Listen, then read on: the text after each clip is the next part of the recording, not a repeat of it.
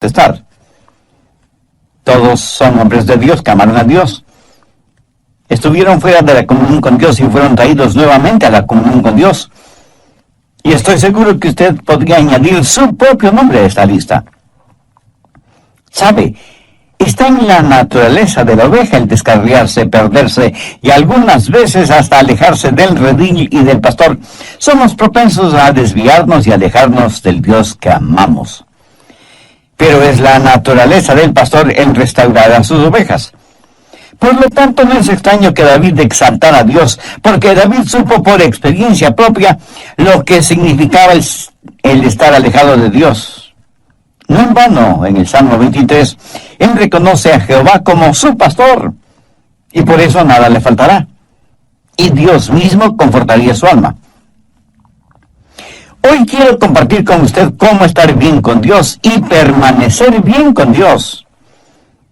Si no estamos bien con Dios, si no permanecemos bien con Dios, jamás podremos hacer nuestras las palabras de David en el Salmo 23, confortará mi alma, me guiará por sendas de justicia por amor de su nombre. Muchos cristianos se alejan, se separan de Dios, pero esto no quiere necesariamente decir que están perdidos, sino que han perdido su comunión con Dios. Pero no están perdidos, porque hay un lazo espiritual muy especial entre usted y Dios, que no puede ser roto. Pero aunque es cierto que nuestra relación con Dios no puede ser rota, la comunión con Dios puede ser interrumpida, y el gozo íntimo puede ser perdido. La oración de David en el Salmo 51 ilustra perfectamente este punto. Vuélveme el gozo de tu salvación. David no perdió su salvación, pero sí perdió el gozo de su salvación, y quiso que ese gozo le sea restaurado. Y Dios le restauró, y por eso David pudo decir en el Salmo 23, confortará mi alma. Ahora, ¿cómo Dios nos restaura? Permítame compartir con usted 3 cosas maravillosas que he aprendido en el Salmo 23. Las he estudiado y meditado profundamente, y se han vuelto a mi experiencia personal. Primero, el ministerio del pastor. David se comparó a sí mismo como una oveja, por eso dijo, Jehová es mi pastor. En el Nuevo Testamento y el capítulo 10 de Juan encontramos que Jesús dijo, yo soy el buen pastor. Y Jesús, como el buen pastor, hace algo definitivo cuando sus ovejas se descarrían. De paso, le diré que hay 3 clases de ovejas. Las necias. ¿Conoce usted a alguien así, no? Pues mírese en un espejo y verá a una oveja necia. Las ovejas necias quieren hacerlo todo a su manera. Por lo general pensamos que las ovejas como animalitos dóciles y fáciles de guiar, pero eso no es cierto. A veces las ovejas pueden ser muy necias. Quieren ir por donde ellas quieren ir. Por lo menos así lo dice el profeta Isaías. Todos nosotros nos descarriamos como ovejas, cada cual se apartó por su camino. ¿Queremos hacer? Pues lo que queremos hacer. Somos necios a la enésima potencia, y son las ovejas necias las que necesitan ser restauradas.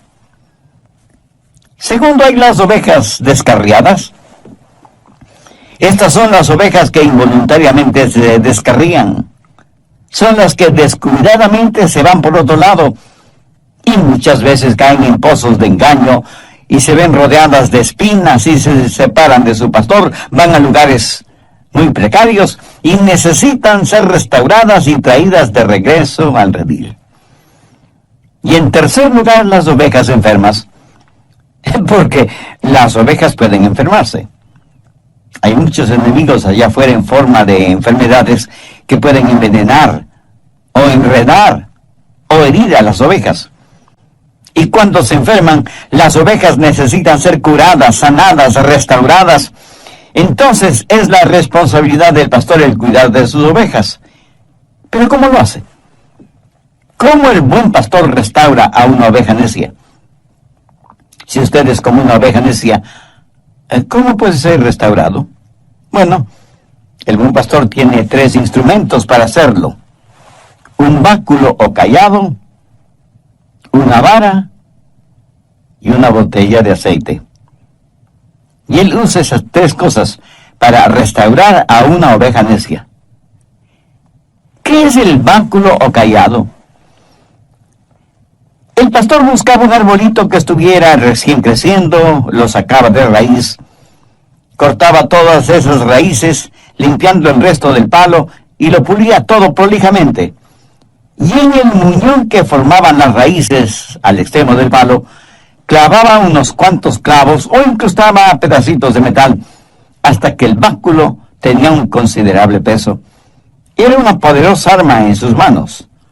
Le servía tanto para defender a las ovejas de sus depredadores naturales como de ladrones de ovejas. También podía servirle como una jabalina y pasaba muchas horas practicando hasta tener una excelente puntería. Así que ese báculo no solo le servía para defender sus ovejas, sino para defenderse él mismo de los ladrones, los lobos y las aves de rapiña que abundaban en las colinas y los montes. Pero a veces tenía que utilizar el báculo de las ovejas para corregir a las necias, y lo hacía en forma drástica y severa. Con el báculo rompía una de las patas de la oveja e inmediatamente la vendaba poniéndole un soporte y cubriendo la pata afectada con aceite. Y esto lo hacía hasta cuando la oveja se sanara. Él llevaba a esa oveja enferma en sus hombros y la alimentaba y vertía aceite sobre el vendaje, y cuando la pata se sanaba, ayudaba a la oveja a estar firme en sus patas. Pero esto es lo interesante. La oveja enferma y restaurada en su salud permanecía muy cerca del pastor. En el material que estudié sobre este asunto, descubrí que esa oveja necia, quebrantada y disciplinada, iba a donde el pastor iba y se convertía en una especie de líder del rebaño. Extraordinario, ¿no le parece? Cuando leí esta información no pude dejar de pensar en Oseas 6:1. Venid y volvamos a Jehová, porque Él arrebató y nos curará, hirió y nos vendará. ¿Lo entiende? El mismo Dios que nos hiere es el mismo Dios que nos cura, a fin de que podamos estar junto a Él. Creo que esta es la razón por la cual David dijo que antes de ser afligido, Él se había descarriado. Y en Hebreos leemos que el patriarca Jacob, quien fue también un pastor, se alejó de Dios. La Biblia nos dice que Jacob luchó con Dios físicamente. ¿Sabe lo que Dios hizo? Vayamos a Génesis, capítulo 32, versos 24 y 25. Así se quedó Jacob solo, y luchó con él un varón hasta que rayaba el alba. Y el varón le tocó en el sitio del encaje de su muslo, y le descoyuntó el muslo de Jacob. ¿Lo ve? Jacob fue herido por Dios. Descoyuntó su muslo, y el patriarca tuvo que caminar el resto de su vida apoyado en un bastón. Vamos a Hebreos 11:21. Por la fe Jacob, al morir, bendijo a cada uno de los hijos de José, y adoró apoyado sobre el extremo de su bordón. ¿Por qué todo esto? Pues para enseñarnos una lección. Algunas veces tenemos que aprender drásticamente porque parece que esa es la única forma en que podemos aprender. Jacobo tuvo que ser herido para poder ser bendecido. Mi amigo, cuando Dios nos disciplina, y puede ser disciplina física, no es porque no nos ama, sino precisamente porque nos ama. Mire lo que dice Hebreos 12, los versos 5 y 6. Y habéis ya olvidado la exhortación que como a hijos se os dirige, diciendo: Hijo mío, no menosprecies la disciplina del Señor, ni desmayes cuando seas reprendido por Él, porque el Señor al que ama disciplina y azota a todo el que recibe por hijo. ¿Qué padres que aman realmente a sus hijos no los disciplina cuando es necesario? Si Dios nos dejara sin disciplinarnos, no seríamos sus hijos, sino bastardos. Y aunque nuestros padres en la carne nos disciplinaron, siempre los reverenciamos, ¿verdad? Ahora, por lo tanto, no deberíamos estar sujetos a nuestro Padre en el Espíritu y vivir. Y no debemos olvidar que la disciplina que proviene de parte de Dios es para que seamos partícipes de su santidad. La Biblia dice en Hebreos 12:11, en verdad que ninguna disciplina al presente parece ser causa de gozo, sino de tristeza, pero después da fruto apacible de justicia a los que en ella han sido ejercitados.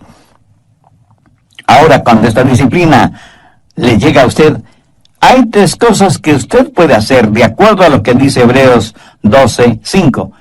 Hijo mío, no desprecies la disciplina del Señor. O sea, usted puede resentirse, pero sería una necedad de su parte el hacerlo, por varias razones. Primera, la disciplina revela algo. Esa clase de disciplina revela que usted es un hijo o una hija de Dios. O sea que revela una relación filial. Mire el verso 6, porque el Señor al que ama disciplina y azota a todo el que recibe por hijo. Permítame repetir lo que ya dije hace algunos minutos. Es porque Dios le ama que le disciplina. No es que el pastor no amara a su oveja el motivo para quebrarle la pata, sino precisamente todo lo contrario. Eso es un severo caso de disciplina. Y a veces, mi estimado amigo, a veces nuestro amor tiene que ser duro. Y seguramente algunos de ustedes burlonamente me dirá, bueno, yo vivo en pecado, hago lo que quiero hacer, voy a donde se me antoja, soy el capitán de mi propio destino y sin embargo Dios nunca me ha disciplinado. Pues, mi amigo, le aconsejo poner mucha atención al verso 8. Pero si se os deja sin disciplina, de la cual todos han sido participantes, entonces sois bastardos y no hijos. ¿Qué está diciendo Dios? Dios está diciendo que si usted fuera hijo de Él, ya le hubiera disciplinado. Pero si no es hijo de Dios, si usted declara que es un cristiano sin serlo, entonces usted es un bastardo. Y recuerde que esta dura expresión proviene de las palabras de Dios. Así que no argumente conmigo al respecto, argumente con Dios. En segundo lugar, renueva su adoración. En el verso 9 leemos, por otra parte, tuvimos a nuestros padres terrenales que nos disciplinaban y los venerábamos. ¿Sabe que hombres maduros no tienen ningún problema contando cómo sus padres les disciplinaban? Dicen, por ejemplo, mi padre cuando me disciplinaba con todas sus fuerzas.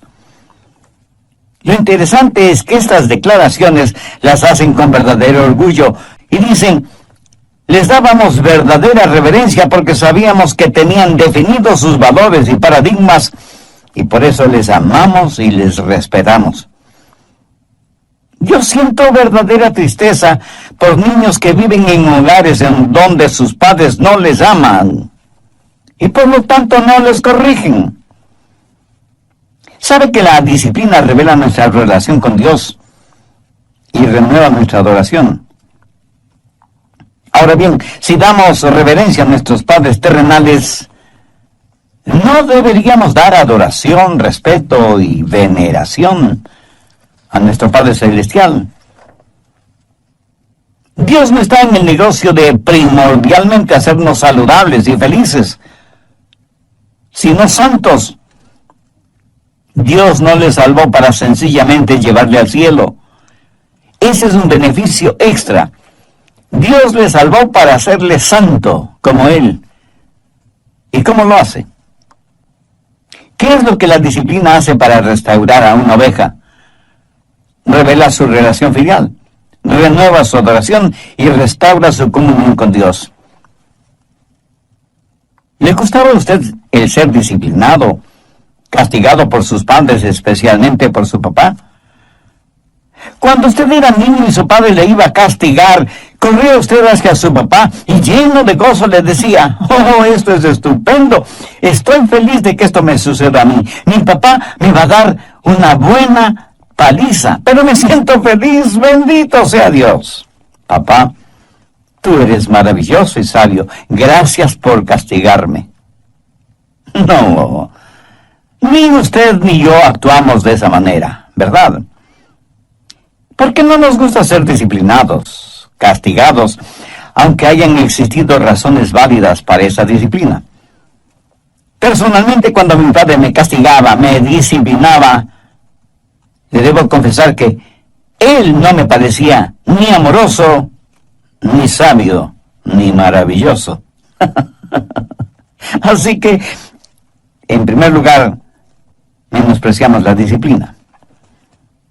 En segundo lugar, no nos desmayamos frente a la disciplina. Mire el verso 5 de Hebreos 12. Ni desmayes cuando eres reprendido por él. ¿Alguna vez ha visto a un hijo, a una hija, fingir desmayo cuando ve que el castigo es inminente? Bueno, yo lo he visto varias veces. Dios ejercita disciplina y la gente renuncia a Dios. Tiran la toalla. Se convierten en trotamundos espirituales y eso es algo terrible. Mi amigo, lo que hace Dios no es para que nos alejemos de Él, sino para que nos acerquemos a Él. No desprecie la disciplina, no finja desmayos frente a la disciplina. La Biblia dice que toda disciplina tiene un propósito específico.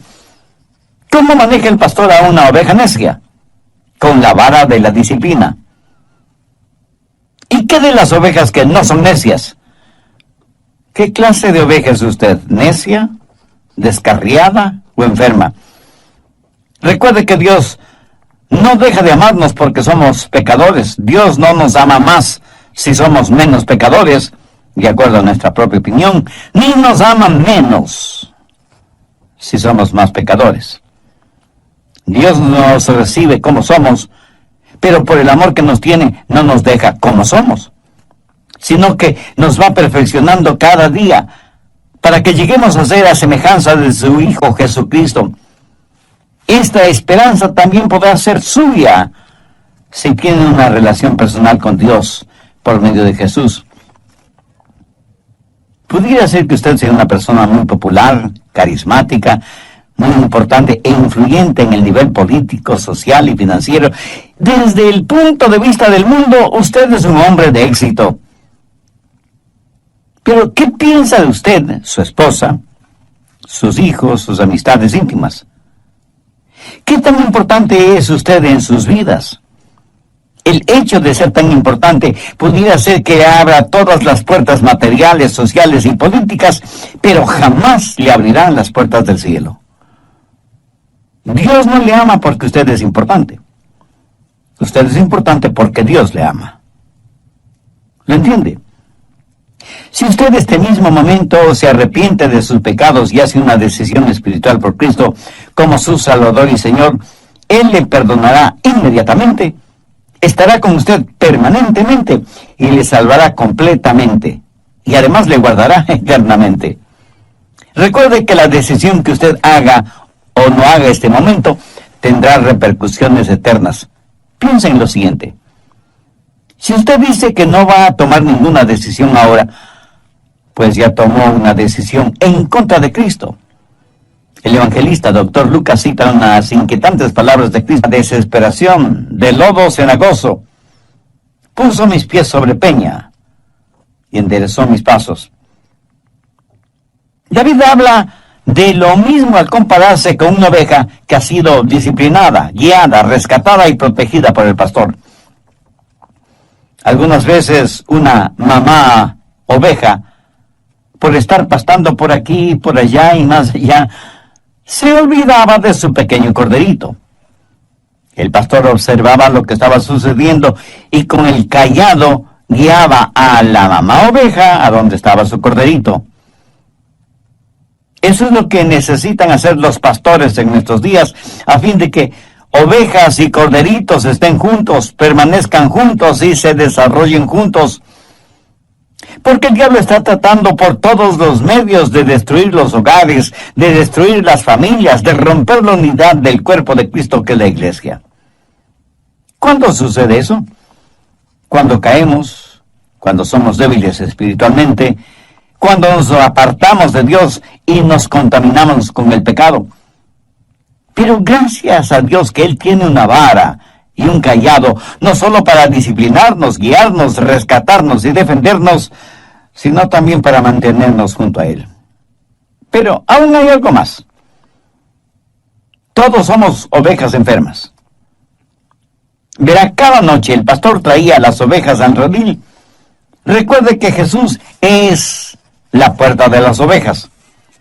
Dentro del redil las ovejas estaban seguras, pero en la puerta estaba el pastor bloqueando el mismo hueco que servía como puerta del redil. De esa forma nadie podía entrar o salir del redil sin que el pastor lo supiera. Y cada noche él las contaba y las llamaba por su nombre. Y no solo que las contaba y las llamaba por su nombre, sino que además las acariciaba. Ponía sus manos sobre sus ovejas y hundiendo sus dedos en la lana y mirando atentamente, buscaba por si su oveja tenía alguna herida o por si algún insecto se había adherido a la piel de la oveja. Y cuando encontraba alguna herida o alguna laceración en la piel de la oveja, usaba el aceite para curarla. Especialmente los cortes en la cabeza o en las fosas nasales. Literalmente ungía la cabeza de la oveja con aceite.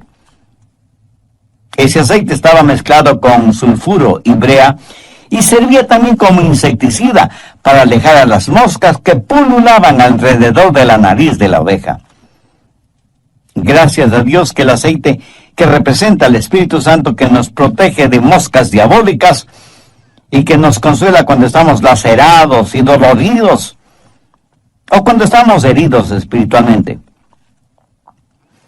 Nuestro buen pastor nos conoce y nos conoce por nombre y nos restaura y nos sana y nos cuida para que siempre estemos junto a Él.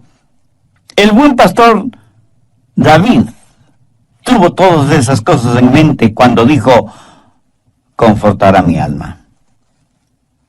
David fue necio y tuvo que ser quebrantado. Se desvió del camino y tuvo que ser traído de regreso. Y aunque estuvo herido de gravedad, Dios le sanó. Le agradece a Dios usted cuando le disciplina, cuando le corrige. Y pienso en mi propia vida. Y sé que estoy vivo porque mi buen pastor usó conmigo su vara, su cayado y su botella de aceite. ¿Puede usted decir lo mismo? ¿Puede recordar las veces en que Dios usó su vara y su cayado en usted? Yo sí me acuerdo. Pero Él no solo ha usado su vara y su cayado en mí, sino también su aceite curador, sanador, renovador. Yo doy gracias a Dios por su Hijo, mi buen pastor, el que conforta mi alma. En tercer lugar tenemos la maestría del pastor. El buen pastor no solo que restaura nuestra alma y nos guía por sendas de justicia, pero para restaurarnos Él tiene que tener dominio sobre nosotros. Y cuando tiene dominio sobre nosotros nos guiará, será nuestro maestro, nuestro mentor. ¿Sabe cuál es el triste problema para muchos seres humanos? Que están más interesados en ser restaurados físicamente que en ser sanados espiritualmente. Si es que usted no camina desde la restauración hasta la justificación, usted estará de regreso a los mismos viejos problemas. Muchos quieren caminar rectamente, pero no en el camino de la obediencia a Dios. Recuerde que a quien mucho se le ha perdonado, mucho debe amar. Debemos ser como la oveja con la pata quebrada que quiere estar junto a Jesús, porque Él es su maestro que quiere guiarle para que usted nunca se desvíe. Así que, ¿cuándo aprenderemos? ¿Cuántas veces más resbalaremos y caeremos antes de aprender a estar junto al buen pastor? recuerde las palabras que Jesús mismo dijo. Él es el buen pastor. Y sus ovejas conocen su voz y le siguen. Ahora escúcheme. 3 cosas son necesarias para seguir al buen pastor. Primero, tiene que estar obsesionado con el pastor. O sea, usted debe amar apasionadamente a Jesús. Su amor por él debe estar por encima del amor que pueda tener por cualquier otra persona o cualquier otra cosa. Segundo, tiene que observar detenidamente al pastor. Como ya lo he mencionado antes, las ovejas tienen una muy pobre vista. Para todo propósito práctico, el pastor es quien tiene buena vista, como para compensar la mala vista de sus ovejas. Tercero, usted tiene que obedecer al pastor. Usted no puede obedecer a nadie cuya voz desconoce. ¿Cómo puede escuchar la voz de su pastor? Únicamente teniendo su tiempo de quietud. Debería estar en pastos delicados, meditando en su palabra. O sea, rumiando su palabra. Esa es la forma. El pastor le guiará. Usted escuchará su voz en el mundo. Jesús manifestó que sus palabras eran espíritu y vida, y que Él había venido para que podamos tener vida y vida en abundancia. Su pastor le guiará por sendas de justicia por amor de su nombre. Esa es la maestría del pastor. ¿Sabe qué es lo malo con muchos de nosotros? Que tratamos de no tener problemas en vez de buscar la justicia. Todo es tan negativo. Tuve un amigo, Mike Glenn, quien era jugador profesional del fútbol americano. Jugó por la Universidad de Auburn y luego profesionalmente jugó para los Delfines de Miami. Cuando él se graduó en Auburn, su entrenador le preguntó: Mike, ¿me ayudarías a reclutar a algunos candidatos? Mike le dijo que sí. Y a su vez le preguntó: entrenador, ¿qué clase de prospectos estamos buscando? Y el entrenador le dijo: hay jugadores que cuando son derribados en el campo de juego se quedan tendidos en el suelo. Esa clase de jugadores no nos interesan. Cuando un jugador es tumbado y se pone de pie inmediatamente y nuevamente es tumbado y vuelve a ponerse de pie, tampoco es el tipo de jugador que buscamos. Pero sí nos interesa el jugador que puede poner en el suelo a los demás. Mi amigo, yo soy muy grato por tener un Dios que nos restaura, que cuando estamos caídos nos levanta. Y a todos nos gusta estar de pie, pero no nos gustaría el pasar de la defensiva a la ofensiva. No nos gustaría ser una verdadera fuerza de Dios, que simplemente ser una víctima siempre en necesidad de restauración.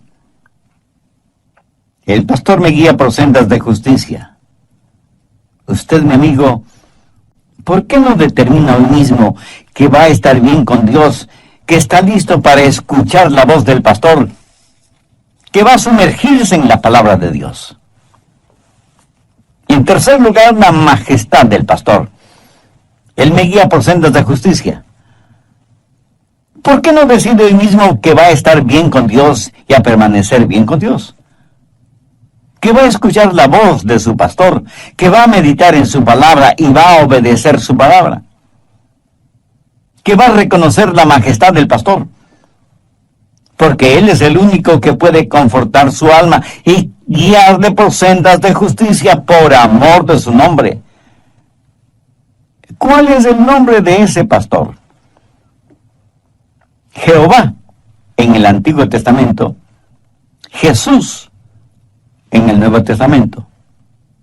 Jehová, Jesús, el Señor es mi pastor. Verá, el nombre y el honor de Dios están en juego por la forma en que usted y yo vivamos. Y todos, creyentes y no creyentes, seremos juzgados por Él. Muchos piensan que tendrán un pastor de acuerdo a la clase de ovejas que son. Escúcheme, El honor, la reputación del pastor se basa en la actividad, el bienestar y la obediencia de las ovejas. Jesús nos enseñó a orar: Padre nuestro que estás en los cielos, santificado sea tu nombre. El rey Salomón dijo que el nombre de Jehová era como bálsamo. Voy a compartir con usted algo muy interesante. El nombre de Jehová era el sagrado.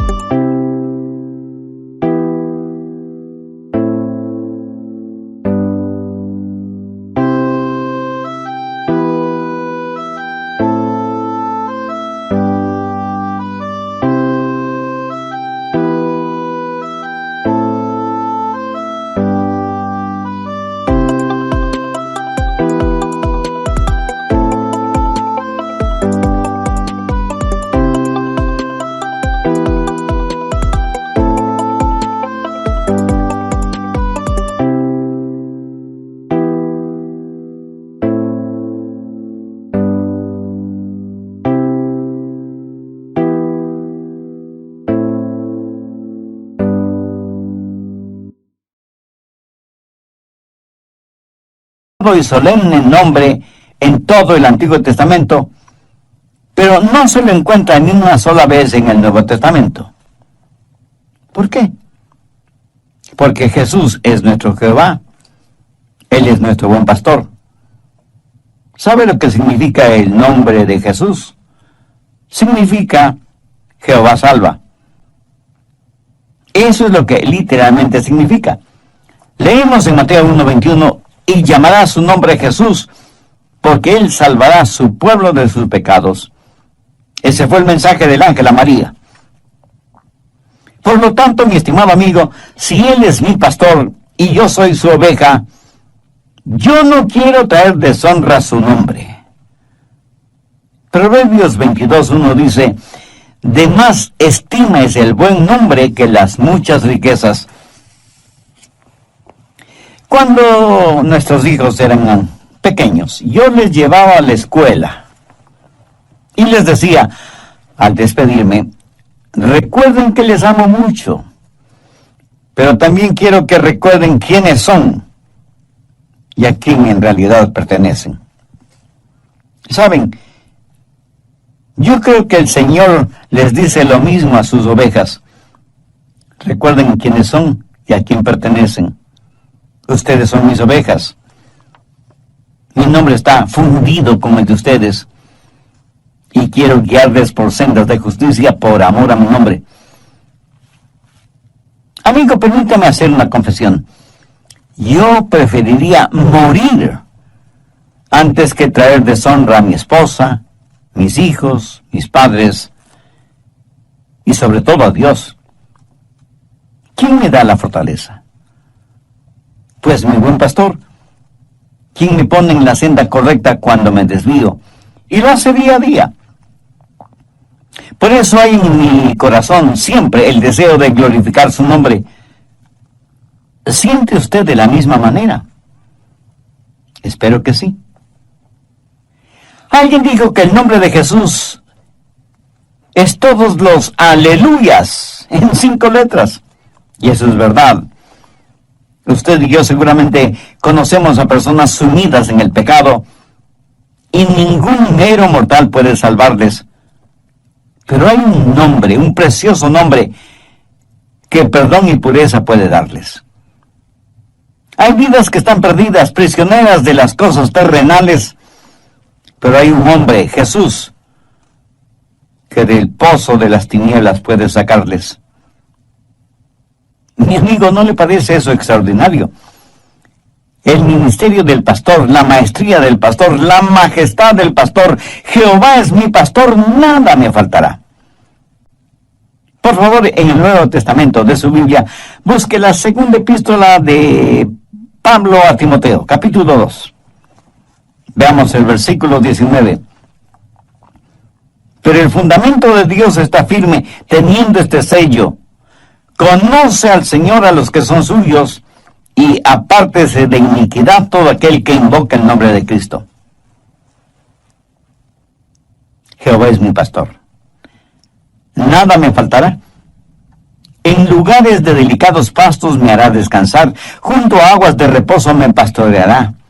Confortará mi alma. Me guiará por sendas de justicia, por amor de su nombre.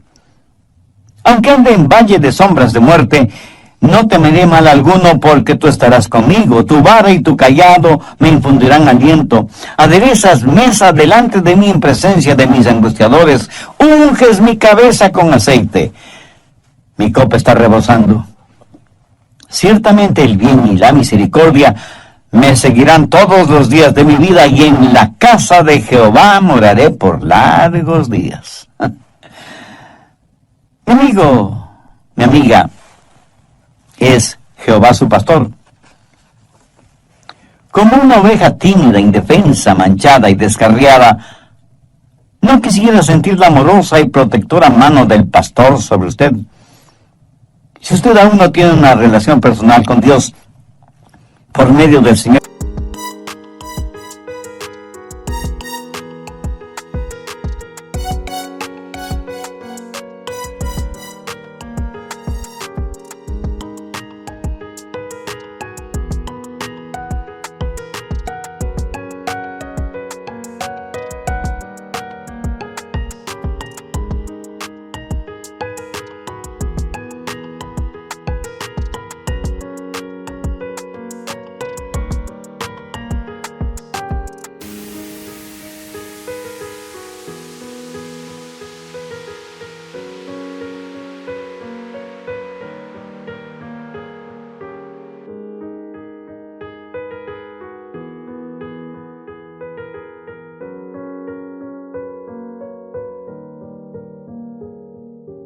Jesucristo, le invito a hacer esa decisión, la más importante decisión de su vida. Piensen en lo siguiente: si usted dice que no va a tomar ninguna decisión ahora, pues ya tomó una decisión, pero es una decisión en contra de Cristo. El evangelista Dr. Lucas cita unas inquietantes palabras de Cristo cuando dijo: el que no es conmigo, contra mí es, y el que conmigo no recoge, desparrama. Voy a decir una sencilla oración, y si usted así lo desea, repítala conmigo, pero dígala con fe, sinceramente, depositando toda su confianza en Jesús. No se sienta incómodo hablando con Dios. Aún silenciosamente podrá hablar con Él, porque Él conoce las intenciones y motivaciones de su corazón. Querido Dios, reconozco que he vivido en necedad espiritual por mucho tiempo y quiero dejar de hacerlo. No solo he sido necio, sino también un pecador rebelde, que vengo a ti en busca de tu misericordia. Dame la fuerza espiritual para nunca avergonzarme de ti o de tu palabra, y ayúdame para que yo no sea una vergüenza para ti o